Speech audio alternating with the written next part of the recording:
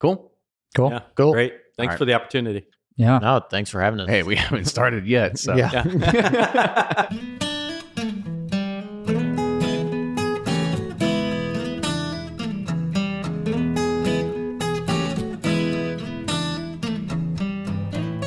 This is Bourbon Pursuit, the official podcast of Bourbon, bringing you the best in bourbon news, reviews, and interviews with people making the bourbon whiskey industry happen. And I'm one of your hosts, Kenny Coleman. Rye whiskey production had a historic past in the northeastern states, especially Pennsylvania and Maryland. And now, Sagamore Spirit, based in Baltimore, is bringing rye whiskey back. Ryan and I traveled to record this interview with their CEO, Brian Tracey, and their Director of Operations, Ryan Norwood.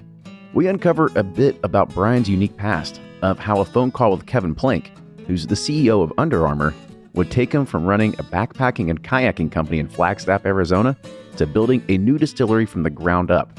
And one of Brian's tasks was to find a distiller that led to a few conversations with, of course, our other guest, Ryan Norwood, a young guy who was really into yeast and beers at the time. In Sagamore, they have a long-standing relationship with MGP and a quite connection with one of the greats in distilling, Larry Ebersol. But now they have their own Maryland rye distillate, and we talk about how they shaped and revitalized the Maryland rye category. With that, enjoy today's episode, and now here's Fred Minnick with Above the Char. I'm Fred Minnick, and this is Above the Char. This week's idea comes from Andrew Walcott, who writes me on fredminnick.com. That's fredminnick.com. He says, several months back, I bought my first bottle of very old Barton 100 proof. There's a sweet middle palate note, I know, and a note on a personal connection I can't place. But halfway through my work week, it randomly popped into my head. Has there ever been a note that hit like an earthworm and wouldn't leave you alone until you connected with it again, until you found the appropriate memory? As a matter of fact, yes, absolutely, Andrew. And that is one of the beautiful things about whiskey, and you're discovering your own palate. See, the thing about discovering your palate is my palate's going to be different than yours. Andrew's palate's going to be different than Mitch's. Mitch's palate's going to be different than Kenny's, etc., etc., etc. We are all unique individuals, and our palate is a representation of our life because what we can detect on our palate are things that we have had previously, so that's why I am able to pick up a particular oyster shell note from the south of France, because I had like a particular south of France oyster that is very prominent in my memory. And when I taste it, especially like in champagne, I can call that out very easily. Same with marzipan, same with like cornbread, things like that. Notes that you hear me say a lot because I have a personal connection to those notes and they come to me easily. Notes that are a little bit more difficult for me to come by are some of the rarer spices, like a Chinese allspice or a rare pepper.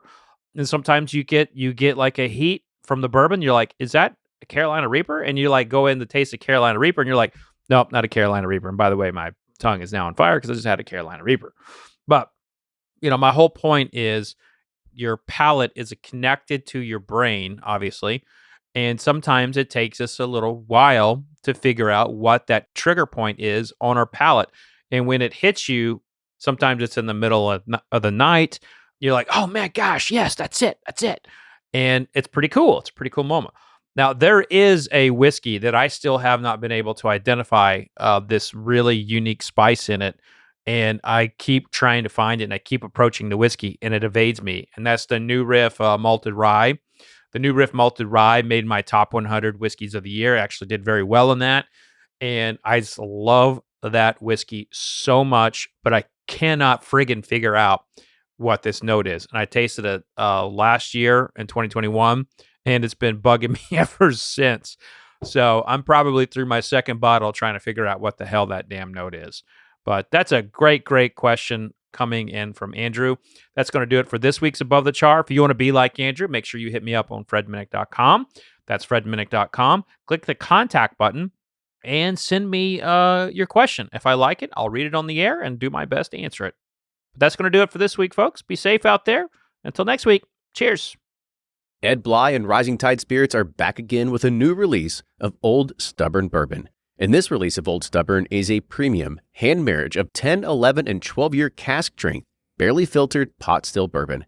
It comes in at a staggering 123.8 proof, and the flavoring grain for this one, which the last one was wheated, but this time it's now rye. Rich, sweet, and bold with a long finish that's sure to be another eye-opener. You can order online at Sealbox or thebourbonconcierge.com, and you can even purchase in person at Revival Vintage Spirits, and even now with very few select stores in Kentucky. You can get it now while you can, but be sure to do it because it's not going to last long. Play Whiskey Wednesday Round 11, the memory game. Until June 26, each week you can win one of our 12 incredible grand prizes. Select 2 doors at checkout, and if they match on drawing night, you'll win that bottle. Not a match? No worries. You still score a Weller 12-year. Every $5 ticket gives you 5 chances to win, including 4 weekly bonus prizes. Get your tickets now at give270.org. Charitable Gaming License ORG 0002703.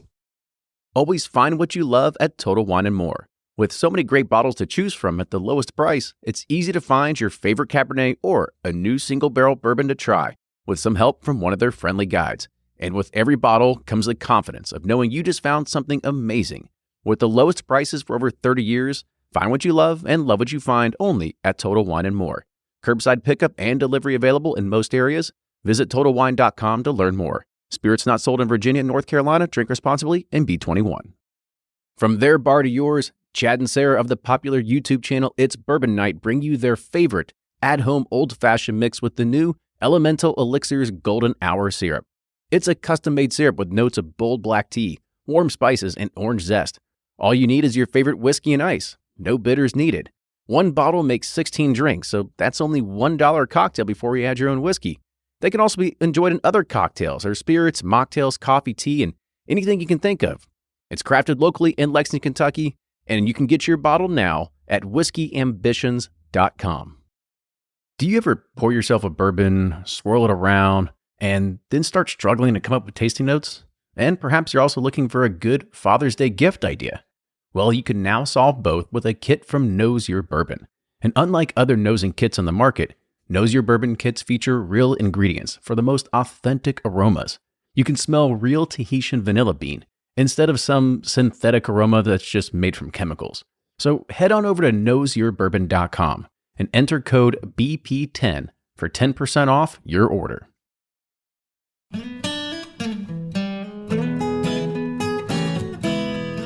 Welcome everybody to Bourbon Pursuit, the official podcast of Bourbon. Kenny and Ryan on the road today, taking all the equipment up to Baltimore to come and visit one of our newest distilling partners that we're working with. But man alive, we got to go through the warehouse today, taste some fantastic whiskey, and it hasn't made me even more excited to be able to sit down and be able to talk to these guys about it. Yeah, we're walking in. It was funny. We're walking in. Brian's like, I'm sure you've been to many distilleries, and ours is no different. I'm like, but we have never been to a Maryland distillery. And so, no, I'm super excited about today. Simple flight for us to come here to Baltimore. Sagamore, who we're spending the day with, has been a fantastic partner to work with. We're super excited to be partnered with them for our Pursuit rye. So yeah, we came up and decided to visit them instead of them shipping samples to us. We actually got the DeWalt out and tapped into some barrels, and gosh, they got some fantastic product coming down the line. So super excited for everyone to get to know them and see what they're going to have coming down in the future. No, absolutely. I mean, I think not only that, I mean, we got to hear more about the history of Sagamore. We got to learn more about the history of Baltimore and Maryland rye. And I think that's kind of what made us so excited to be actually starting this partnership as well, is that there's a huge history and lineage between Maryland and rye, and as well as Kentucky, and us kind of bringing that handshake together. But really, this is going to be focused more on Sagamore and really being able to give them more of a showcase, because I feel like this is one of the best, if not the one of better, or not one of the best rye whiskeys that we've been able to try on the market in the past few years that we've just been absolutely blown away with. Yeah, I mean, we've been spending the day here. Gosh, we've been here, I don't know, 8 hours, maybe 6, 7 hours. I wish we had a boom mic following us all day, just getting all the stories and all that. And now we sit down to record. Hopefully all the stories we can remember all, and I'll be like, what'd you say? Yeah, like that one time that, you had a pipe go into a corn bushel or something like that. Yeah, who knows if we'll get back to that story. But I mean, they've had, like I said, we'll get into it. They've had a great lineage. They've got some pretty recognizable funding that kind of came behind it. And so I think those are things that we're all going to kind of touch on and definitely talk about. Why is it rye only? And why is it rye only? We'll talk about Larry and the touch of like MGP and kind of how they're shifting off of MGP. I think there's a lot of good things to touch on this one. We can fill 45 minutes. No problem. Let's do it. Let's do it. So today on the show, we have Brian Treacy. He is the CEO of Sagamore Spirit, as well as Ryan Norwood, the Director of Operations. So fellas, welcome to the show. Yeah, thanks for having us. Thanks for having us. Good to be here. So you heard Brian first, and then you heard Ryan second there. So kind of before we get into this, Ryan, we're going to come to you here in a few minutes because you bring the science and really the brewing knowledge and some other things. But Brian has a pretty fascinating tale about how he got to this point. But I want to kind of talk about that because we were in the car earlier and you were saying that you kind of bummed around in Tahoe for a few years and tried to kind of make your way. So kind of give us a little bit of background. Yeah, definitely one of the more unique paths to becoming a CEO of distillery. CEO of a massive, operation here. So kind of tell us your story a little bit.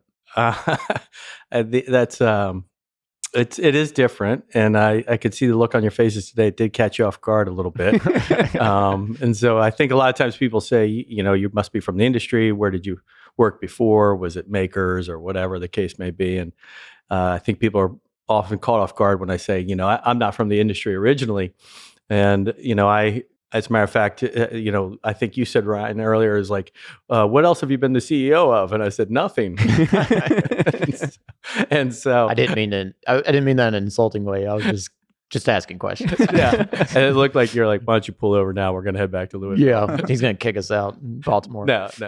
But I did a little bit different. So, when I graduated high school, I moved out west. I didn't start college right away. It wasn't really something for me at the time. And moved out west and I lived in Lake Tahoe and Breckenridge and Telluride and Steamboat and bounced around for a little while and did a little skiing and then eventually settled down in Flagstaff, Arizona, where I lived for 19 years. And I did go to college at that point. And when I got out of college, I decided to go get a job at accounting for Spider Ski Clothing up in Boulder, Colorado, because I was like, I'm a college graduate now.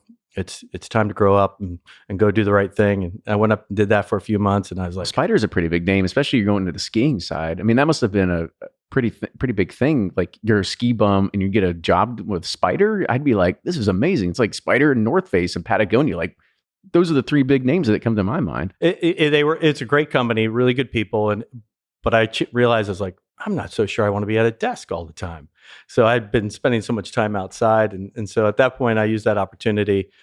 I'd written a business plan in college about starting a tour company. And so moved back to Flagstaff and actually started a tour company and ran a backpacking and kayaking company in the Grand Canyon and Yosemite and all throughout the Southwest for about 15 years. And also owned a outdoor retail shop with a partner of mine and a ski rental shop and so forth. So I did that. And so I really got brought into it for the entrepreneurial side, like, taking a vision, taking a concept and bringing it to life, if you will.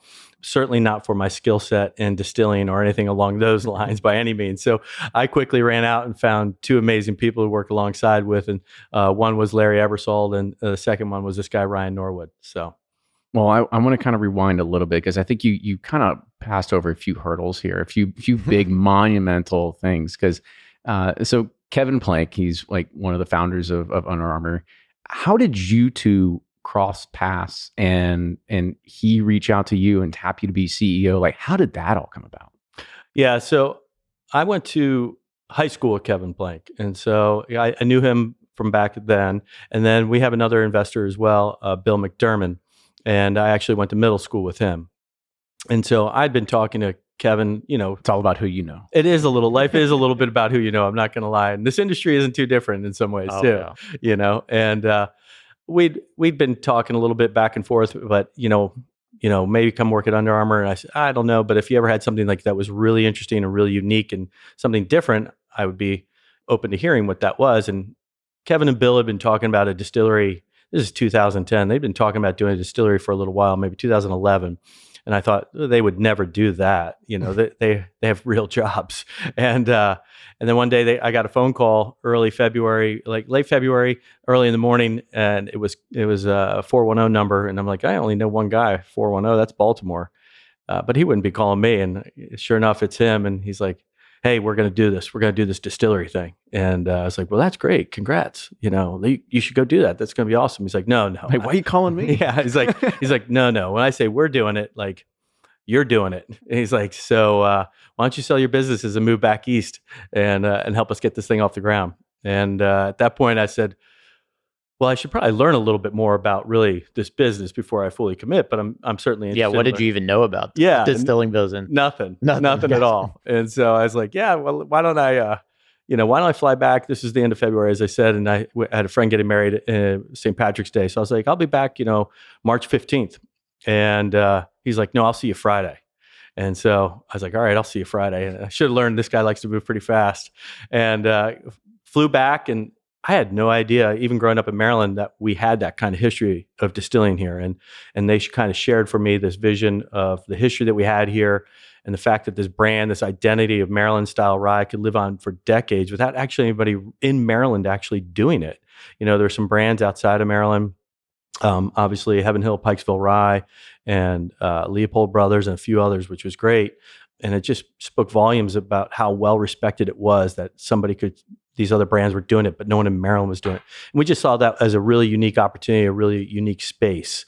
And so I just thought it was a once in a lifetime opportunity. So I couldn't resist and absolutely went back. And I was like, now I got to sell it to the wife and kids. And luckily they were very supportive. And, I sold my business to the first guy, one of the first people I ever hired, and he's still running strong with it, which is really cool. What business was it, by the way? It's called Four Season Guides, based in Flagstaff, Arizona. So if you want to go see the bottom of the Grand Canyon or top of Half Dome or anything, give them a call.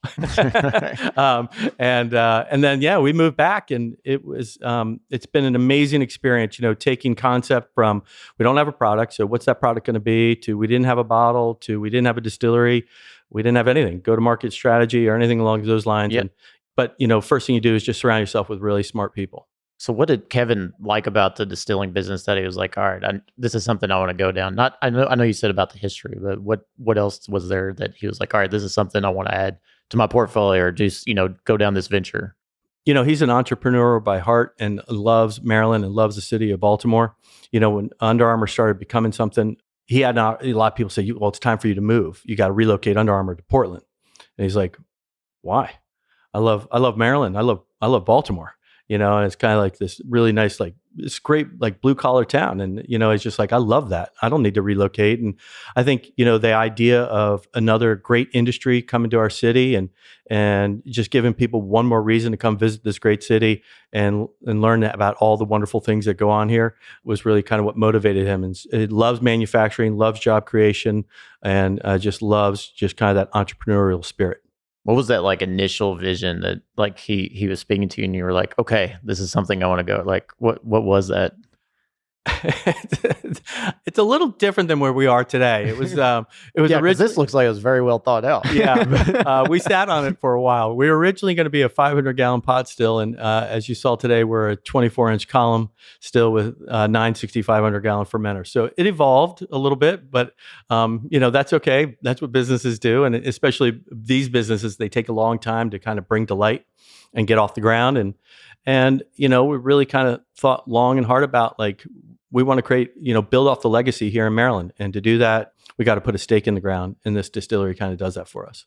Yeah, I mean, I guess one of the things that I think about moving into this business compared to your last business, I remember you talking about there's probably a little bit less amount of casualties that you had said that you have to deal with in this business.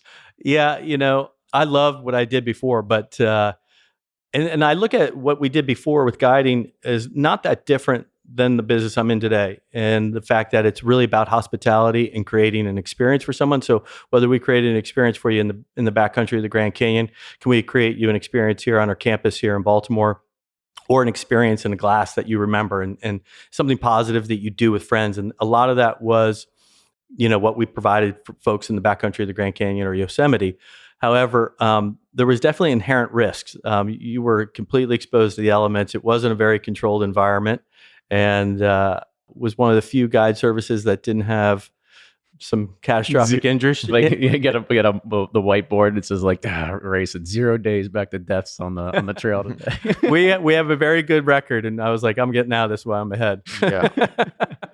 All right. So he's convinced you. You're like, all right, I'm in. Who's the first call you make when you're going down this path of starting a distillery? Well, I got handed off this pile. I came in and I got handed off this pile of paper that was just, folder after folder after folder, because Bill had been doing research for about a year. He's like, here you go.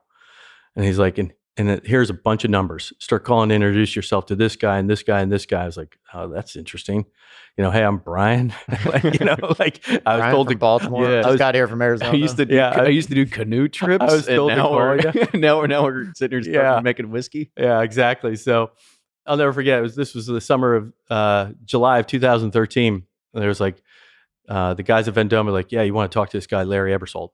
And so I flew down to Kentucky and met him at the Jim Beam distillery. And then he and I spent the day touring different distilleries that day. And he's an amazing person, an amazing individual, and has, I think, well, I haven't met a lot of people, but a tremendous amount of knowledge. And I call him the godfather of rye whiskey. He's distilled more rye whiskey, I think, than probably most people in this world, if not everyone in this world for the most part. But I don't know if he was trying to test me that day, which I kind of think, knowing Larry, there was some testing going on there. And I remember him on the backcountry roads of Kentucky passing in some solid double yellow lines around windy turns. And like me just kind of was like, I was white knuckling it. I did some fun things in the Grand Canyon, but like, this is cool. Like grabbing those old shit handles. Kind of just saying like, if you're going to get in this business, you better be ready to buckle up and go for a hell of a ride kind of thing. And I think that was the first test. And I guess I passed. And I was like, so got back to the Jim Beam distiller. I was like, well, do you want to work with us? And luckily he said yes. And he was on the project. I mean, he's still part of the project today. We're really, really lucky. And, we'll send samples to him. And he was an incredibly important part of getting this distillery operational and our product where we are today. And I can't thank him enough for everything he did for us. And so we're very fortunate. But, this from concept to actually operational is over 3 years. I mean, it takes forever to get these things off the ground, and they don't come with instructions. So you need a Larry, You need a Larry. You gotta get on the waiting list for Vendome. Yeah, there's no like franchise blueprint, that you can, here's a distillery, here you go, just plug and play. Yeah, exactly. That's a tough one. So let's go ahead and kind of shift a little bit. We'll come back over to the kind of like ground up building, because at what point did you call on Ryan? How did Ryan start coming to the picture here? When was your first date? Yeah, it was a good one. It was in Louisville. I feel like Louisville's the center for even us, to get this business off the ground. So it was kind of whiskey funny. Matchmaking in Louisville. Yeah, it's like, you go around, you're like, it's just like, I'm like, all right, we got to go hire someone. And someone told me in the beginning, the first thing you need to do is hire a master distiller. And come to find out that wasn't probably the right move. And luckily that didn't really happen for us. And we needed somebody who just really understood process engineering and the whole process of whiskey making itself. And so that's where Larry was great. And we tried to hire people out of Kentucky. And it's one of these things like, we got this great concept. We need you to move. And then like, we need you to move to Baltimore, and then click. Kind of like, they just hang up on you, and you don't have a distillery up out of the ground yet. You're just showing them blueprints. So no one's interested in that. And Ron, look at Ryan like he's such a sucker. He is. And then, Bill McDermott, as I mentioned, one of the investors, is like, I got this brother-in-law who looks at yeast strains all day long for this brewery out in Colorado. Should we give him a call? I was like, yes, we should. And he'll talk to us. Yeah. And I was like, absolutely. I was like, I want to meet. And so I'm going to Louisville for something. I was like, contact Ryan. I was like, why don't you fly to Louisville? And we got talking on the phone, and we had a lot of similar tastes in music. And one of our particular favorite brands was playing at the Louisville Palace Theater that night. And I was like, well, let's go get some drinks and let's go see some music. And pretty much playing Widespread Panic. Oh, nice. And jam band fans. Yeah. Yeah, man. And we walked out and we're like, same music, same attitude. I think this works. Now I just got to figure out how to get the guy to move from Colorado. I don't know if you know yeast, but you like Widespread Panic. You like Panic, you're in. Yeah. The other stuff we'll figure out, And I don't know. You tell the story, but I don't know. It's just, you just have a great attitude, great knowledge, and is actually a really great leader too, and for the team as well, and just very humble, but one of the greatest people you'll ever meet. Appreciate Well, that. that's quite the Tell us- that's quite the introduction to start leading off of. I'm handing this off. Yeah, now. it's like your turn, Ryan. Yeah, so I mean, he makes that day sound a little bit easier than what it was from my standpoint, at least. But no, I went to school for microbiology. Wasn't exactly sure what I wanted to do. Doing that, I kind of thought medicine at one point, maybe pharmaceuticals.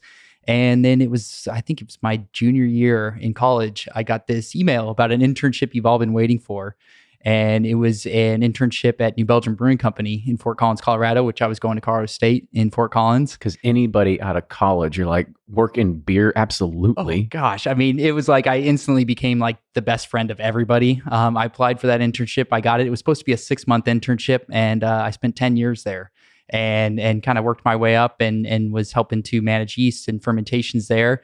And Bill was constantly talking about starting this distillery, and he'd send me water samples. I can't tell you how many times I explained the process of fermentation to him and yeast, and he'd call me up and go, "What'd you say about yeast the other day?" And I'm like, "What, is he really going to do this?" And at the time, like Brian said, he was talking about a 500-gallon pot still, and I'm like, "Oh, you'll be able to do this. You can handle this." I did a little bit of distilling in the backyard at home, and so I had a good understanding of a lot of that stuff.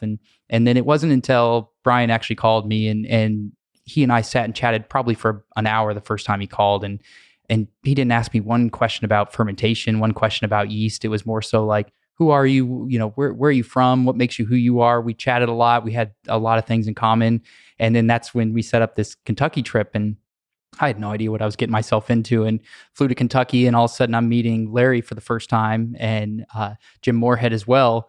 And I remember, I think we spent about 8 hours touring around distilleries while they peppered me with questions. And Larry's the type of person that he'll ask you a question, and whether you're right or wrong, he just stares at you. Just so you feel like you're wrong. Oh, every time. And he's like, "Are you sure about that? You sure about that?" And, I think I was wearing a denim shirt, and I was sweating through this denim shirt and like spent the entire day. And I got done and I was like, pretty sure I answered every one of his questions wrong. I have no idea what I'm talking about. I'm going to go back and like lick my wounds. And then that's when he looked at me and he goes, "We're going to this panic show." And I think at that point he kind of said like, all things aside, like, I think you'd be great for this company. I'm going to offer you a job.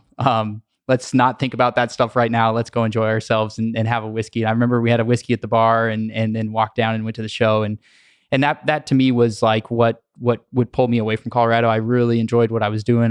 Colorado's a great state, but at the same time, it was like I was kind of itching for something new and to kind of take that next step and challenge myself. And Sagamore was a great spot for me to be able to do that. So for those that don't know, walk us through like what's the difference of being a brewer versus a distiller. And before we get to there, just to make sure our listeners know who Larry Ebersole is, if you've never heard of him, he is also considered one of the greats in American whiskey distilling. I think he was a previous master distiller at MGP, which is what Seagram's and stuff like that. So he's got a lot of clout in the whiskey world. So yes, we're name dropping over here just to make sure everybody that understands where this name comes from. Yeah, thank you for clearing that. Yeah. Master distiller at MGP LDI, 25 years, and Pernod Ricard, and I think he's at a few other distilleries as well, and he's had his hand in so many. Yeah, you can probably can't count them all. Yeah, and he's incredibly he definitely runs a tough interview, which is fine. I just got to sit on the sides like, that's great. Good go. Just waiting for this panic show to start. And I feel so lucky to have met him and worked closely with him and have had him on this project. It's been incredible. And then I think getting Ryan here, I think we all know this is kind of a once in a lifetime opportunity here at Sagamore too. Here in Maryland, and get Maryland back on the map in its rightful place in distilling. So it's pretty cool. Yeah. So anyway, back to what you were wanting to say, Ryan. Or Yes. Yeah. So what is the difference of being a brewer to a distiller? What is the difference there? I mean, aside from a lot of nuanced differences, it's very similar. From a distilling standpoint, everything's done on grain, where brewing, you remove the grain. But the first 75% of distilling is brewing. You're making a distiller's beer. You're trying to take this grain, extract sugar out of it, and then put yeast on it to make alcohol and CO2. And so that process was very similar. There's some small changes within fermentation process and the cleanliness of it that I've struggled to wrap my head around from a distilling side. Just knowing that like you're going to just remove that alcohol and you're not looking for a lot of those other flavors. But the biggest challenge for me and the hardest thing for me is has to be the patience you have to have in distilling whiskey. Is like, when you make a beer, 2 weeks later, you have that finished product and you're tasting it and you're out there and you're receiving feedback, where when you're making whiskey, from our standpoint, you're waiting 4 years and you're just hoping that it's getting better and heading in that right direction. But that's been a bit of a challenge for me to like really practice my patience. No immediate feedback. I guess the good thing is that you have job security for a little bit, for at least 3 to 4 years. Like, be like, hey, don't worry, it tastes like shit now, but wait, give me 3 more years. Give me 3 more years. Totally. I designed it that way. It really takes a turn year 4. Trust me. Right? And so you all were sourcing obviously from the beginning from MGP, going down that path, but you decided that you wanted to make your own. And so talk about like working with Larry and like developing your own style or profile that you were kind of looking for your Maryland ride. Put, say, your flag in the ground. This is us. What were y'all looking to do? Yeah, we were, as you mentioned, it was one of these things where, for us and our business plan and our approach, it just made sense that we worked with MGP. We had Larry, he had his connections and so forth there. We thought, let's get started with rye on day one, and not necessarily a clear spirit or anything. Not that that's wrong, but we just felt with the history of distilling in Maryland with rye, that was a great place for us to start. And then Larry had his connections at MGP, and we didn't necessarily want to start with a 95.5, just say, there was obviously a lot of that on the market. We wanted to work with them also on something that would be a little bit different. And we really liked this idea, working with Larry, that we ended up going with 2 different mash bills. And so we did everything, instead of really even sourcing, we didn't ever buy anything aged. We submitted POs and everything was distilled to our POs. And so in hindsight, maybe we should have bought some with age and gotten out a little sooner. But so were you submitting POs with 95.5, or was it 95.5 and then one with a 51% rye? And so we always distilled basically 2 straight rye mash bills, and we've brought that in house. We've tweaked it just a little bit. I mean, ever so slightly. But we love that idea. So every product that we have has a blend of those 2 straight ryes. And so as you know, with that 95.5, you get a lot of that big, bold rye spice that you kind of expect from almost 100% rye mash bill. And then that barely legal rye with a lot of corn and a little bit of malt in there gives it a really nice balance of like the fruity and floralnesses that we love and to kind of associate with some of the Maryland ryes, and a little bit more approachable, balanced, layered. It can have some complexities to it, which we like. So every product we have has a blend of 2 straight ryes. It's never just one mash bill in the bottle. And really working closely with Larry, understanding that we can have a lot of flexibility down the road on whether it's a limited time offering underneath our reserve series, or even like in our double oak, we'll change up the blend of the 2 straight ryes compared to our cask and our signature rye. So are those 50-50 or the traditional or the cask, or you don't have to tell us, but maybe you want to? I don't know. They're looking at each other like, oh no, what are we getting ourselves into this time? Not at all. No, it's well, I'll let you speak to it. You're the one blending. There we go. So tap dancing just started around here. Yeah, no, it's like, well, on the cask and the signature, I always say for like every 2 basically of the high, we dump 1 of the low, and for the double oak, we dump more of the low, but still it's majority 95.5. It's over 50%, but not much. Gotcha. So Ryan, I'll ask you a question. Why do you think that distillers always go with 95.5? Why does it seem to be like that is like the magic ratio that people go with?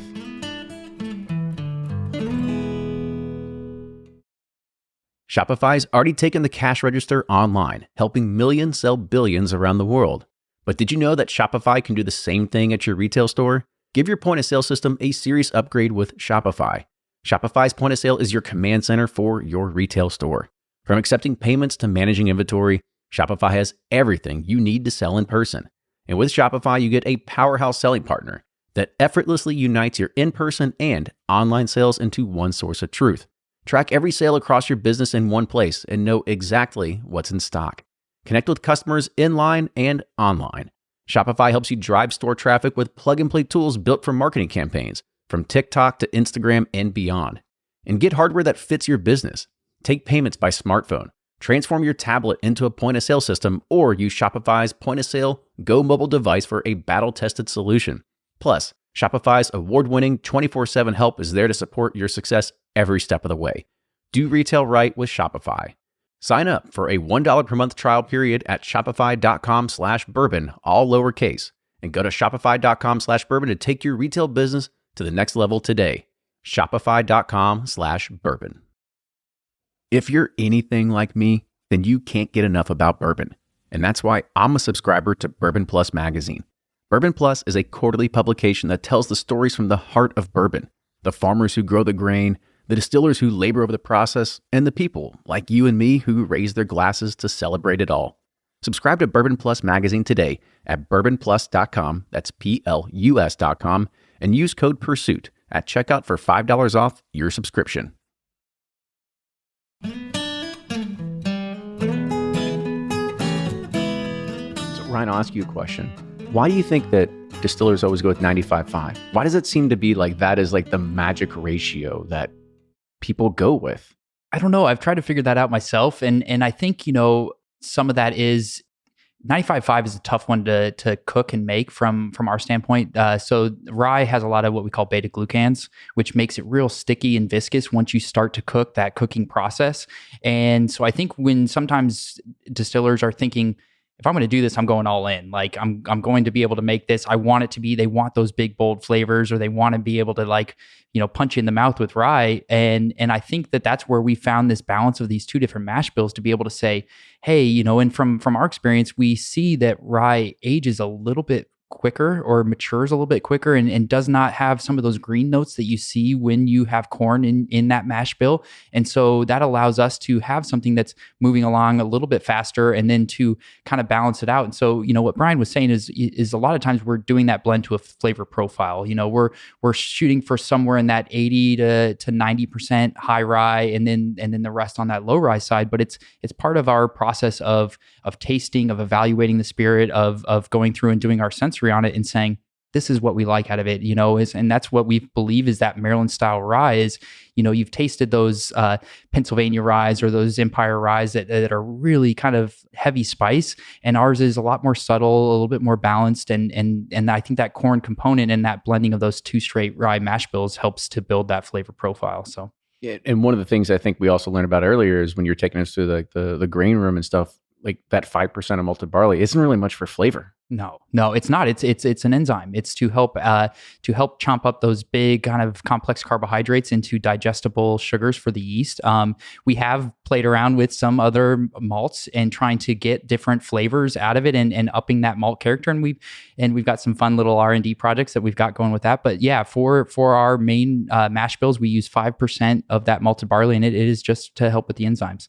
So when you're bringing it in-house and you're going from someone contract distillation, you're to your specs, are you trying to recreate what they're making for you, or are you trying to make like your own version of it that's resemblance, but it's not like exact? Or talk about how you want to think about that transitioning from someone contract to your distillation. It's a little bit of both. I mean, when Larry was kind of coaching us through this, it was kind of like, these are best practices. This is how I would recommend that you start things up. But then he's just like, once I'm out of here, you can change things. You can, you're a distiller. Yeah, exactly. Yeah, totally. Burn it to the ground if you want. But we knew that there's a reason that they do it this way. There's a reason that these are chosen mash bills, and so we tried to emulate a lot of that. We got the same yeast strain. We were dealing with some of the same grain brokers to help start that. But we have a different microflora here. We have different bacteria that grow around here that are going to change and alter those flavors. And we use a lot smaller batches than MGP does. And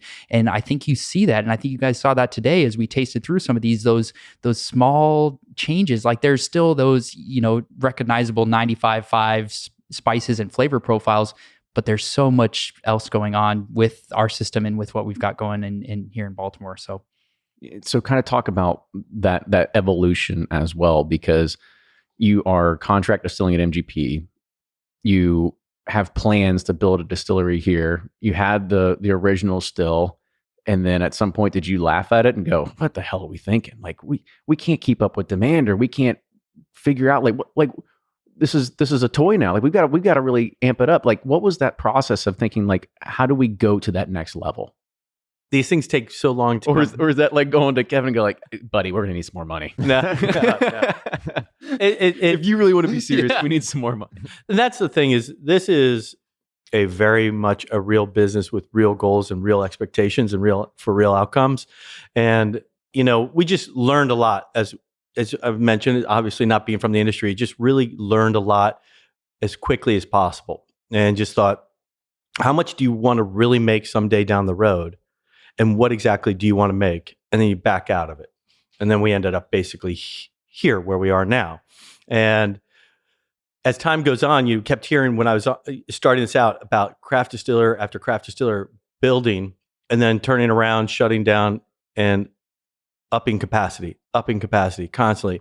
And so we were just fortunate enough as time went on, this location we're at today is, which I love and feel very thankful for this. This is about our 5th location.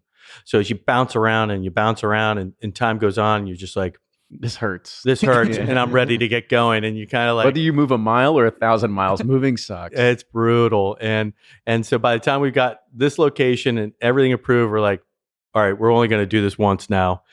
Let's up the capacity. And so, so from day one, we were lucky enough to drop that 40-foot, 24-inch column still in. And then we have the 250-gallon pot still batch system for some smaller projects, which is great as well. So we have a few tools to work with, if you will. So why rye whiskey only? Now we know Maryland's heritage and all that, but you have a still that can do a lot of things. Why rye whiskey? No bourbon, no American whiskey. We've only been at it this is year 5, and so we don't have a master distiller. We don't think we've mastered anything. We don't want to get ahead of ourselves. We don't want to claim anything. Like, we kind of want to make one thing for a long time and try and get really, really great at it. And just that pursuit of excellence and just saying, like, it was, Maryland did make rye whiskey. Maryland was known for great rye whiskey, and rye whiskey is an amazing whiskey. And in some ways we think it's the original American whiskey. And so we're laser focused on that. We get worried about trying to do too many things at once and then never really perfecting anything. And so it's, we've got a long road ahead of us. This is year 5 of hopefully 100+ year business, that will be here long after me.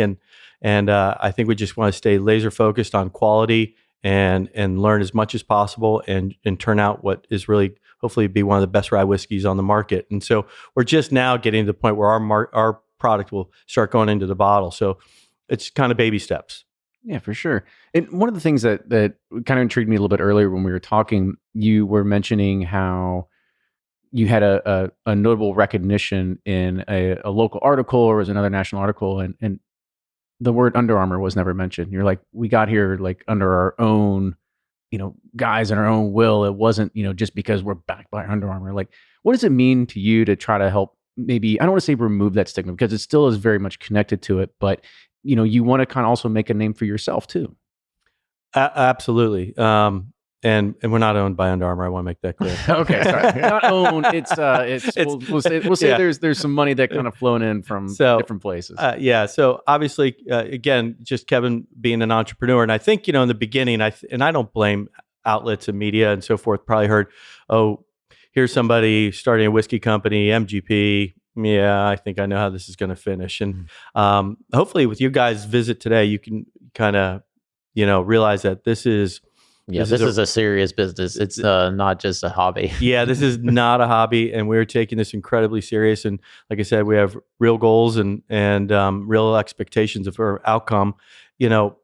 That's incredibly important to us, and that we have an amazing team of people here, and it takes a team. Again, that's kind of why we don't have a master distiller. I think everybody brings value. Everybody plays an incredibly important role. If you walked around today, if you notice the door said teammates only or whatever, everybody plays a role.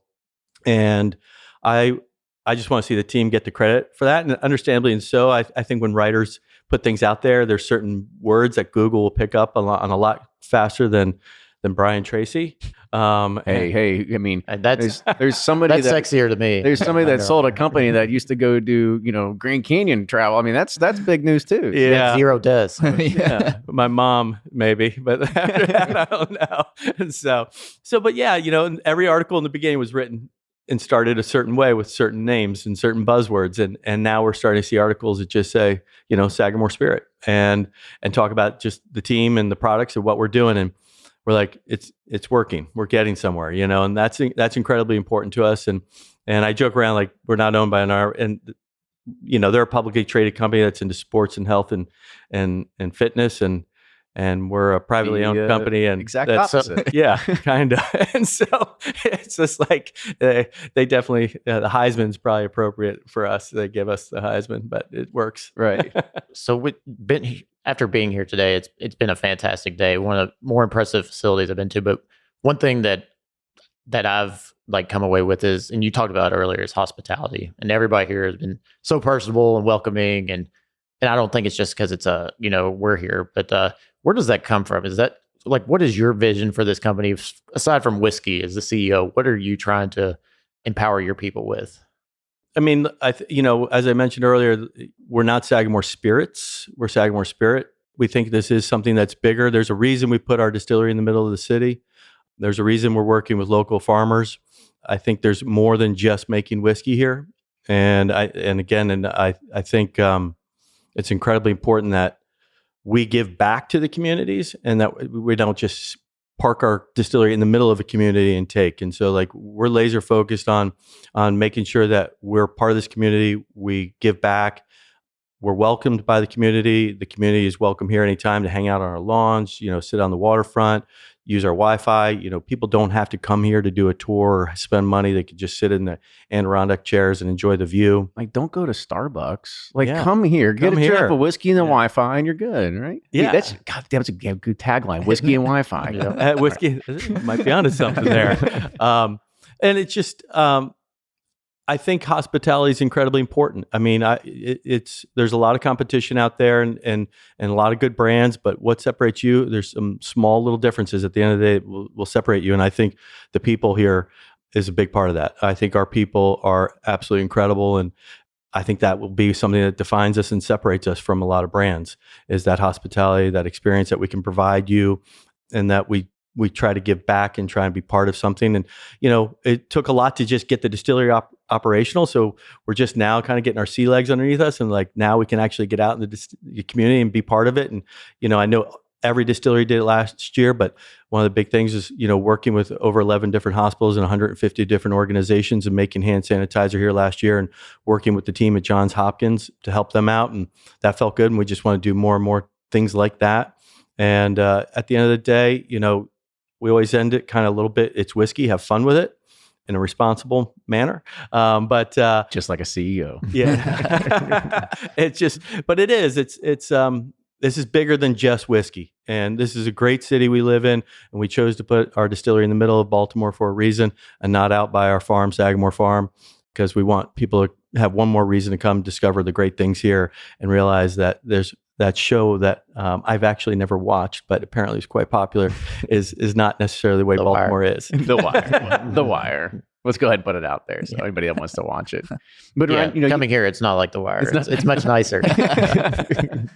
You had mentioned earlier, they only make one product. They actually make a few different products because they've got all their finished products as well. And I mean, so we actually poured a little bit of the cognac finish before we started here, which was honestly one of our favorites. Holy cow. That's one of the, usually when you're finished in something, it's like, okay, what are you up to? And we went through your. What are you trying to hide? Yeah, that's what we usually say. Exactly. And my gosh, this cognac finish might be one of the better finished barreled products I've ever had. And like, no joke. Not just because you're sitting here and you're taking me to dinner and it didn't hurt. But yeah. No. So what was it about, going down the finishing path? Because obviously you have MGP and you're trying to differentiate yourself. But what about these particular barrels work with your product? I'll let you jump in after I'll take a swing at it, and then once I chop it up. Well, I go back a little bit too. A lot of the Maryland distilleries were known for rectifying, right? And even back then, whether they were putting different types of juices in it and things like that. And we certainly don't want to do that anymore, but it's kind of our spin on a little bit of the rectifiers that were here in Maryland and Baltimore before that, kind of imparted different flavors upon their whiskey, whether it was they needed to try and cover up wasn't as aged as well as it should have been coming out of Prohibition. That's certainly not what we were trying to do. Most of the whiskey before going into the barrels at least 4 or 5 years old. But we also just think that, rye whiskey is incredibly versatile. And there's just a great way to showcase it, whether it's in cocktails or barrel finishes and the different types of barrel finishes, whether it's a fortified wine or a beer barrel or anything along those lines, or a tequila barrel, whatever it may be. And it's just fun to learn. It's just really fun to learn, but they seem to complement each other quite well. And I always tell these guys, it's a great thing we don't sell tomatoes. When in doubt, just put it back on the rack and wait longer. Yeah. So, if not, usually time will help. Yeah, I think that's a great point. And from our standpoint, we're very transparent about what we do. We are very genuine in what we do, and hopefully you guys have seen that today as far as our transparency. We're not hiding anything. And so one of the ways we knew, as it takes a while to age whiskey and to get to that point, one way that we could kind of put our fingerprint on things and try to play a little bit with what we knew was already a really fantastic base whiskey was to do these agings, to do these different finishing barrels.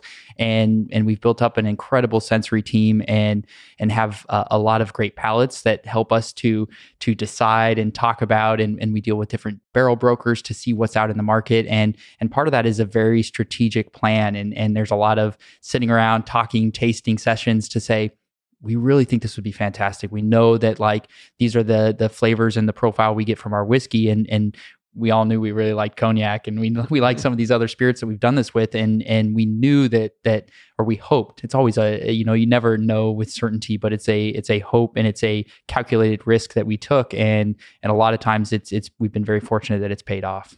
Yeah. And they're very popular, right? I mean, I think you were saying they were all just they go fast. Yes, they do. Yeah. And we do a lot of what we call distiller exclusives, where we do 1 or 2 barrels of it. And sometimes those will lead to a larger, national or regional release. But a lot of times it's 1 or 2 barrels and sold only out of the distillery during an event or something like that. And sometimes we've had those where they've been gone in a day or even pre-ordered and gone before we've even put them on the shelf. So that's been fun. And hopefully some of those will then come to fruition and see their way into a regional or even a national release. Yeah, Brian actually had mentioned on the car ride over here, we were going to the warehouse first, is that since you all are located on the port here inside of Baltimore, that you have access pretty quickly. If some barrels are coming over from Spain or wherever, you can just go pop your heads in, pop the bungs out, and just leave them here and start sniffing through them and say, yeah, we'll pick that one, that one, that one. So that's a pretty unique aspect to it. Another question I have for you is, since you had mentioned barrel brokers, and there's a lot of them out there, and brokers are coming from all the different kinds of angles. Do you have any kind of horror stories of messing with a barrel broker? No names, but just kind of what's the story behind it? No real horror stories, but we've definitely run into a lack of transparency with a lot of the barrel brokers out there, or as you go down and start that conversation, you're trying to find out, well, what was in this barrel before, what was in the barrel before, if that was in the barrel, and there isn't that transparency. And to your point, we are very fortunate that being on the port and on the coast is we are able to, not just take their word for it, because that could be dangerous, but to be able to drive 3 hours and sniff. And we've definitely gone up there and been sold a bill of goods and hey, these are fantastic. They're barrels that have held this for this long. And you get up there and they look way too new to be 30-year-old barrels, and you start smelling them. It's like, that smells kind of like vinegar. And these are not rusted at all. No, totally. And we've walked away from barrels because of that. But that's part of establishing ourselves as distillers and hoping to get our name out there, so that when we deal with these brokers, they know we're for real, and we want to go out there and we want to find the best barrels, and we want to be as transparent with what we're putting in and taking out of them with our consumers as we can. So. Yeah, kind of one of the final subjects I want to kind of hit on right now is kind of bringing us all together, because we're all kind of, or should I say, we are partnered with you all on Pursuit United, which we're super excited about, because I'll let Ryan kind of tell a little bit of the story about how we kind of got hooked up with you, because it was just all fortuitous. Oh gosh, yeah. I was telling Brian on the car ride here, this is where I wish I had the boom mic. All day we've had so many great stories, fun time hanging out. But anyways, we had just wrapped up our Pursuit United blend with, Bardstown Bourbon Company is a pivotal part of that. And so I thought, why not try a rye whiskey? And Bardstown Bourbon had a great 2 or 3 year old 95.5 rye, but I wanted something from either New York or Maryland, or something that paid homage to the rye whiskey. And Susie, who we work with, was like, why don't you give Sagamore a call, And I was like, and she's like, have you ever tried their stuff? And I was like, no, but I had met this guy, Tim, in Dallas at a Dallas Bourbon Club event, and I have his email and number. I'm going to email him right now. So I emailed him, and then he hooked me up with Brian. I think within a day or two, we're on a conference call. I had this vision, telling him a vision, and he was excited about it. Send us some samples of their own distillate. I think he was a little hesitant. He was like, wait a minute, is this competing? Is this competing with us? I had to pause. Yeah. Who are these guys? Yeah. There was some convincing, and some selling. I'm trying to give the fast version. But no, they sent us their products, and they're 95.5, and it's 52, 51, somewhere in there, 52. low 50s. And Low 50s. That's what we're all going to say from now on. as soon as I opened the bottles and nosed them, and he had sent their cask strength, the MGP stuff, and I had it next to him, and immediately when I nosed it, I was like, holy cow, there's something here, and then tasted them, and their distillate is so clean. It's got this bright grapefruit notes and brown sugar and butter, and I was just like, immediately, Kenny knows when I find something, I get excited about it. I'm like, I'm telling him. His neck hairs stand up. Oh, I'm like, then I get a phone call, and I'm like, this Sagamore stuff's like no joke. They are the real deal. And so we were super excited. I'd let Brian know that we really enjoyed the product and we wanted to partner with them. And they took some convincing, and now we got to negotiate how many barrels and what we can all have access to. But we're so excited to offer Pursuit United Rye with Sagamore and both mash bills being a key component in that blend. That is funny because we're really excited too, and thank you very much for those kind words. But I'd forgotten a little bit. I was a little hesitant at first. I'm like, how does this work? Who are you? Yeah. Are you competing against us? Wait, I don't need it. Take our product and put it in a different bottle? Wait a minute. And then it was just like, I don't need more competition out there. It's pretty thick already. It's like, and then we're like, wait a minute, we're going to pay you to advertise your product. Yeah, exactly. We're going to buy your whiskey and promote it for you. So, and they're like, okay, that makes sense. Well, it really kind of only came back with one thing. It was like, yeah, we think we could do it in the spring, summer, whatever. It's like, wait a second. We won't have released our own yet.